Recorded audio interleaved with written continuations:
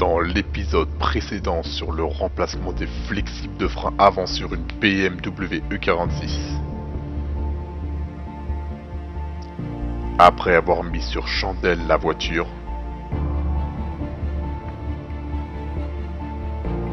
après avoir démonté les roues,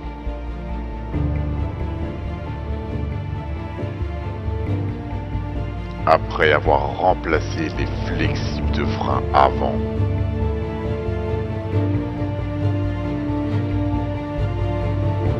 après avoir eu des gros problèmes pour le démontage de la vis de purge, voici la suite. Bonjour tout le monde. Donc aujourd'hui ça va être donc la suite du démontage de la purge de frein. Je vais vous montrer sur qu'est-ce que j'ai pris. Donc j'ai pris ça. Donc voilà. Donc la vis de purge. Donc alors oui, alors j'ai dû regarder parce qu'il y avait plusieurs références de vis de purge. Il y avait qui étaient moins longues, d'autres qui étaient beaucoup plus épaisses au niveau du filetage. Donc voilà, donc je vais vous montrer la référence.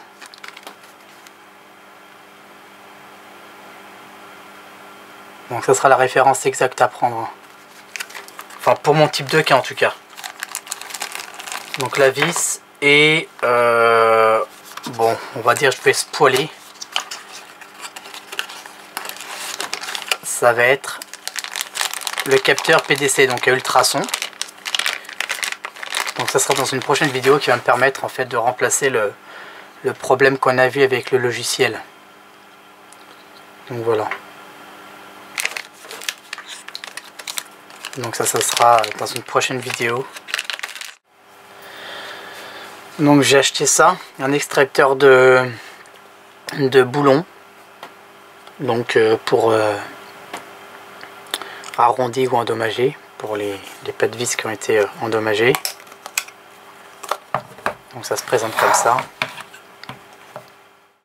Et à l'intérieur en fait c'est spirale, je sais pas si vous voyez. Donc j'espère qu'avec ceci je vais pouvoir extraire ma vis de purge. Un énorme remerciement donc à Boule, donc la mécanique selon Boule, à JP de... j'ai trop de mémoire, désolé. Jean Fufi et mécanique. Il y a Benoît d'opération DCI. Et pour finir, il y a Pierre des petits tutos de Pierrot. Voilà, j'espère que j'ai oublié personne. Donc en fin de vidéo, vous verrez c'est... enfin, je mettrai le max, je pourrais en mettre que 3 malheureusement. Que 3 personnes dans la description de la vidéo en dessous. Vous verrez les liens de leur chaîne. Allez, on attaque la vis de purge.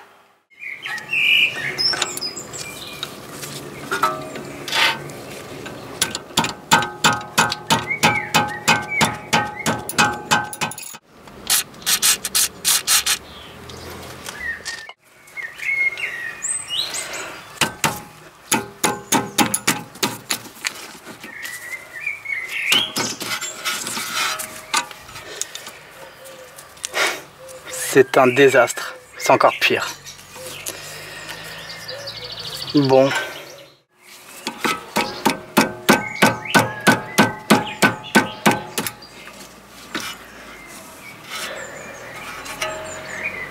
Eh ben ça a cassé.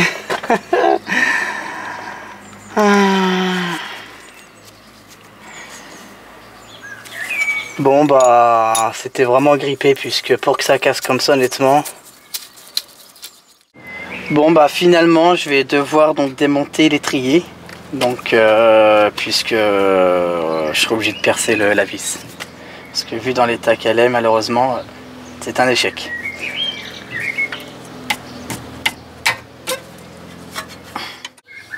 Donc là je vais devoir donc retirer la graffe qui soutient l'étrier. Donc on va appuyer en fait de chaque côté là et après tirer vers l'extérieur. Voilà. Directement une cale, voilà. Bon là ça bougera plus non plus. Ça sert à rien d'appuyer comme un malade. Bon là j'ai de la souplesse. Pourquoi? Parce que la vis de malheureusement ma vis de purge elle a lâché et j'ai perdu trop de liquide de frein. Donc là il y a je sais pas combien de bulles d'air là dans le maître cylindre.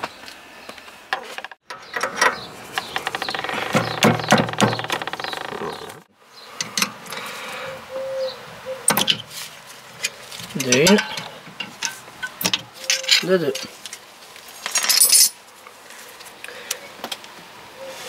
On essaie tant bien que mal de retirer l'étrier.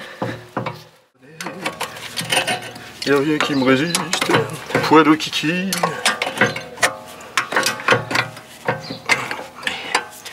va se laisser faire, oui, une coquine. Calme-toi. Oui, mais C'est rien ça. voilà, l'étrier donc retiré et puis après je vais pousser le piston là. Voilà. Hop là. Donc là on retire le flexible de frein. Donc là ça coule encore un peu, c'est normal, mais après ça cessera de couler comme vous avez pu le voir de ce côté là. Quand ça coule un petit peu, après ça va cesser vu qu'il y a la pression du... Voilà. Donc vous voyez ça coule plus du tout là. Donc direction atelier pour percer donc la vis de purge. On va tant bien que mal essayer de se prendre bien au milieu de la vis de purge. On va percer petit d'abord. Là il me semble que c'est un forêt de 3,5. Je commence avec un forêt de 3,5. Et on va voir ce que ça donne.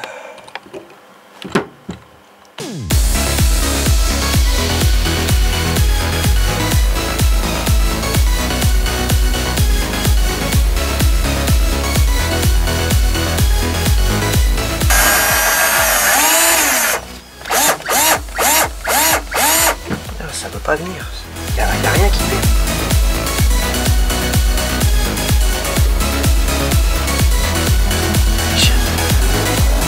Bon bah voilà les amis, on a tout essayé. J'ai percé. Impossible de percer. J'ai percé. Impossible de percer au milieu comme il le faut. Je n'y arrive pas. Que vous dire, heure du décès 10h30. On est le combien aujourd'hui? Je sais pas. On est un samedi quelconque sur le calendrier. Samedi 9.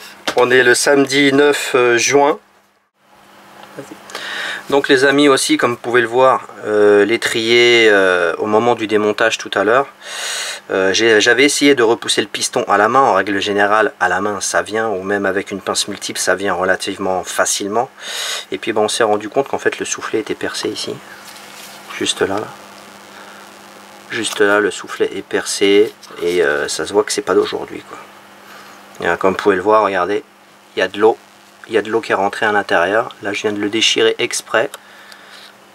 Il y a de l'eau qui est rentrée dedans. Bon voilà, nous y sommes. Donc, utilisez vraiment les bons outils. Ne faites pas la même bêtise que moi. Donc au moins, ça m'a servi de leçon.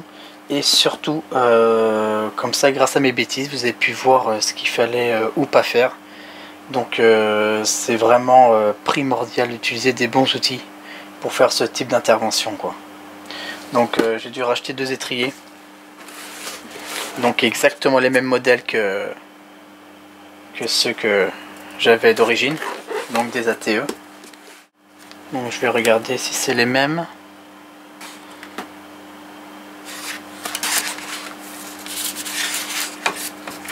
Là c'est marqué 640, là il y a marqué DEM, là il y a marqué 8247, là il y a le même modèle, ATE 5422, c'est exactement pareil, là il y a le poinçon A, c'est poinçonné aussi 1 ici, et c'est N, donc voilà. C'est la même type de vis de purge, donc c'est cool. Avec le même capuchon que j'avais d'origine, je vais vous montrer tout de suite. Donc voilà, ça c'est ce que j'ai récupéré sur ma voiture, enfin sur l'étrier, et la vis que j'ai acheté en cas où, quoi, si j'espérais pouvoir démonter celui de l'ancien. Bon bah super, c'est exactement les mêmes modèles, Donc on va pouvoir enfin résoudre le problème d'étrier, les changer et faire la purge complète, enfin.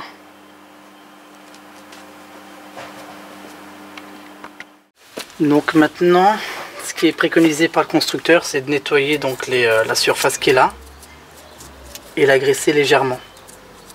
Donc je vais nettoyer ça et je vais le graisser avec de la graisse céramique, mais très légèrement, ils le disent, hein, donc vraiment une fine couche.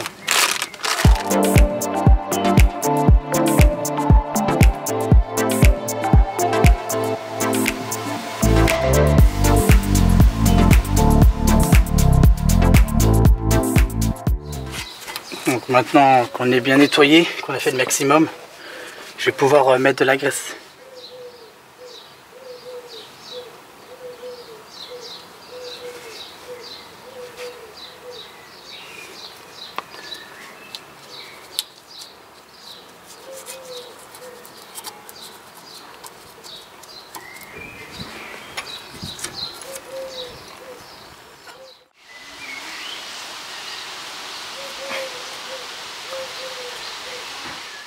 Bon allez, c'est parti, on n'a plus qu'à mettre l'étrier. Enfin, le support d'étrier, je pense, ça s'appelle.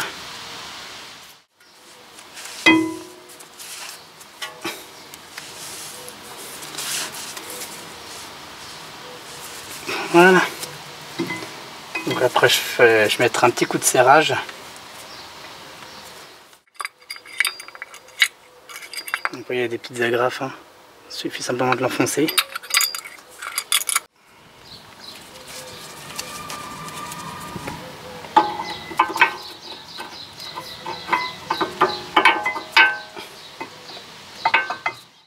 Pour les vis là, alors faut surtout pas les graisser. Moi ils me disent qu'il faut surtout pas les graisser, mais simplement les nettoyer correctement et les contrôler s'ils sont en bon état. Dans le cas contraire, il faudra les changer. Donc juste un nettoyage et après je les remets quoi. Et là ils sont en très bon état. Et donc vous voyez là c'est du clé à laine, donc 10 BTR. Donc je pense que c'est du 45 puisque moi j'utilise une clé Torx. Malheureusement j'ai pas de clé à laine de 45. Donc là on voit bien que c'est du 45. Allez, c'est parti, on nettoie bien correctement donc la vis. On retire les capuchons et on peut la mettre.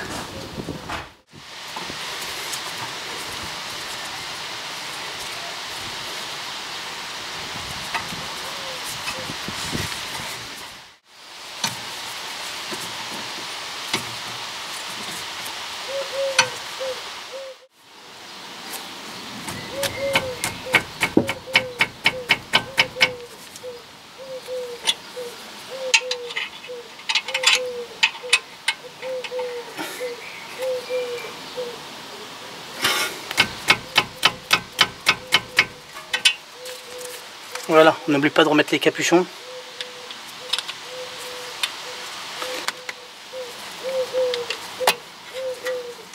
Donc un petit coup de serrage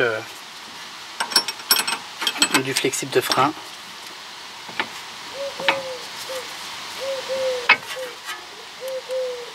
Ok. Il reste à mettre la graffe.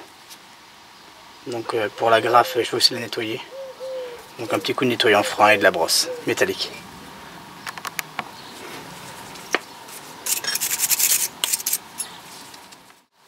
Bon, c'est pas parfait, mais bon, c'est déjà pas mal, hein. C'est vrai que ça aurait été mieux dans un bain à ultrasons. Mais ça sera sujet d'une autre vidéo. Donc on va simplement donc le rentrer comme ça. Et le tirer vers l'intérieur. Voilà, c'est venu tout seul. Bon, on va faire la même chose de l'autre côté, puis je vais vous épargner les détails, hein.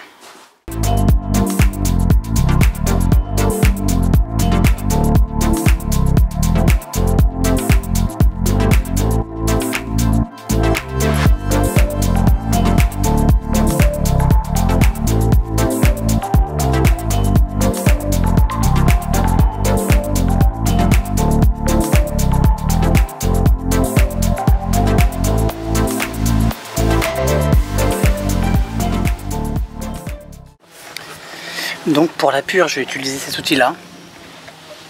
Donc ça a l'air d'être simple d'utilisation.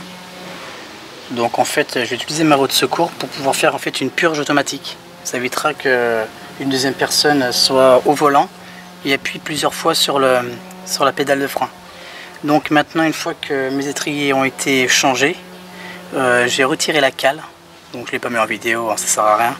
J'ai retiré la cale de la pédale de frein. Donc là actuellement la pédale de frein est libre.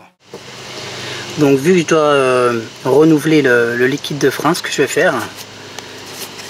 Donc déjà j'ai testé le Easy Blind, voir s'il n'y avait pas de fuite d'air, puisque c'est fortement recommandé.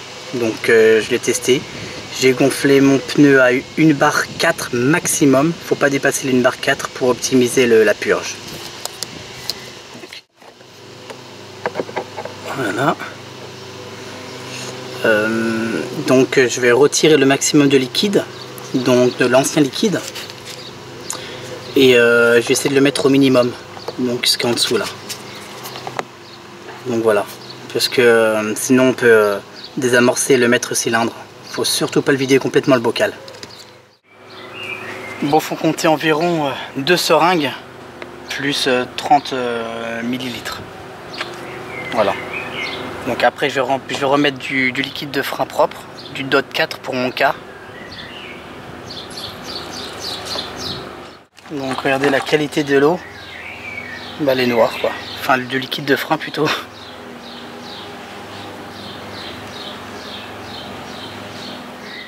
Donc je vais utiliser ça comme nouveau liquide de frein, oui.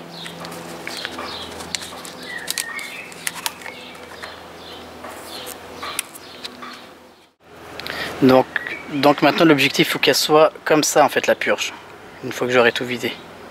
Aussi transparent.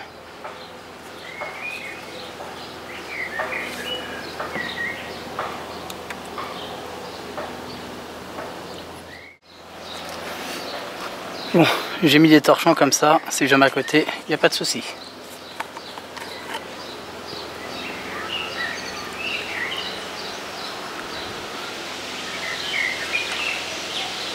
Voilà. Donc je vais utiliser ce produit là avec l'anti-retour que je vous avais montré dans l'autre vidéo. Donc, je vais mettre la clé là. Voilà.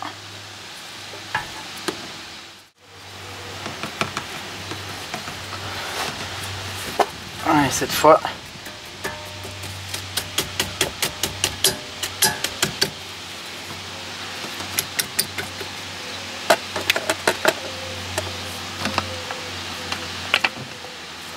donc je vais prendre aussi un torchon. Vous voyez, ça coule déjà. Hein. Donc je vais le retirer.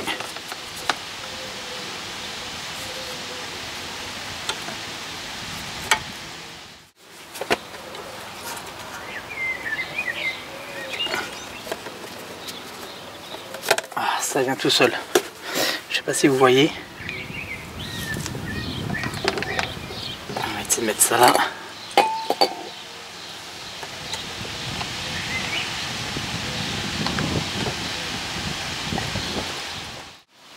Donc là on voit que c'est quand même beaucoup plus clair. Hein. Je vais encore attendre un petit peu. Bon bah là ça signifie que ça veut dire que c'est bon, puisque la couleur elle n'a pas changé depuis tout à l'heure. Donc je peux fermer la purge. Voilà, je fais un tout petit peu.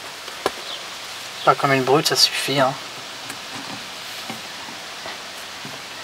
Donc là vous voyez, on voit bien l'anti-retour, puisque vous voyez que le liquide il reste encore dans le tuyau.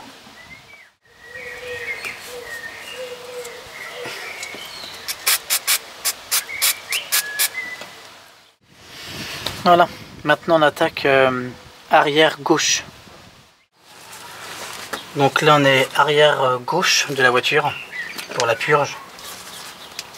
Vérifiez que votre bouteille soit pas vide, puisque moi il me restait presque au minimum. Forcément on a tout vidé pour la première purge.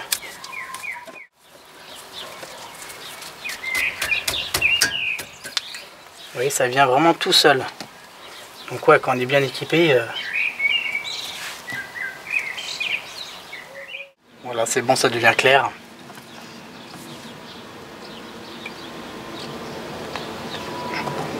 Et 0 bulle.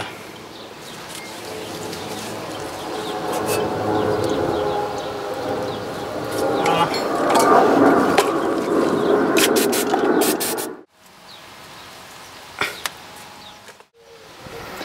Donc là on va purger la roue avant droite.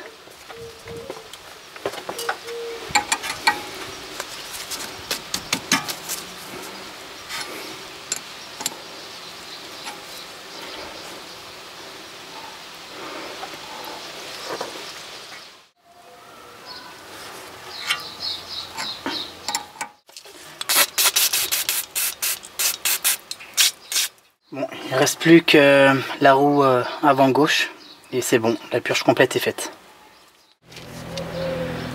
Donc là je suis à l'avant gauche de la voiture pour la dernière vis de purge.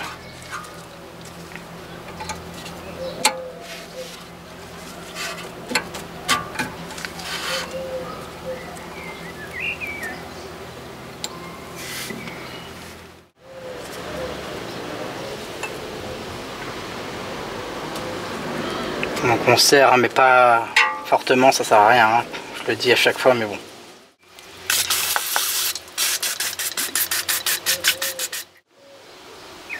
Donc la morale de l'histoire c'est que avec de bons outils, donc avec une clé de 9 à 6 pans de préférence, hein, évitez comme moi aussi le 12 pans.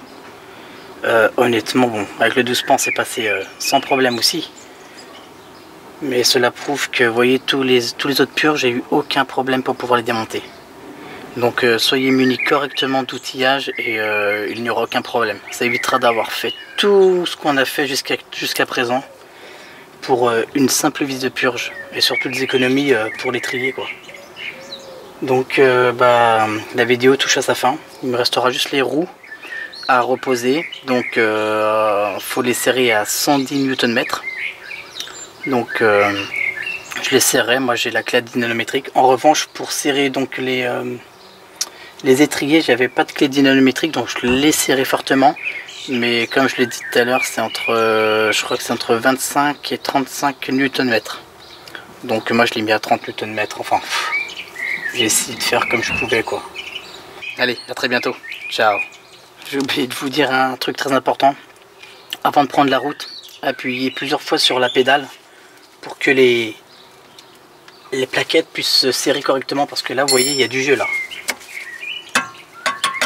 Vous voyez, donc en fait il faut que ces plaquettes là se bloquent au niveau du disque. Comme ça dès que vous allez prendre la route, vous n'allez pas être surpris à dire oh mince, j'ai le pied sur le plancher, ça freine pas. Donc voilà, donc roulez doucement, faites des tests de frein à petite allure, après à moyenne allure et puis à grande allure si vous pouvez. Allez, à bientôt.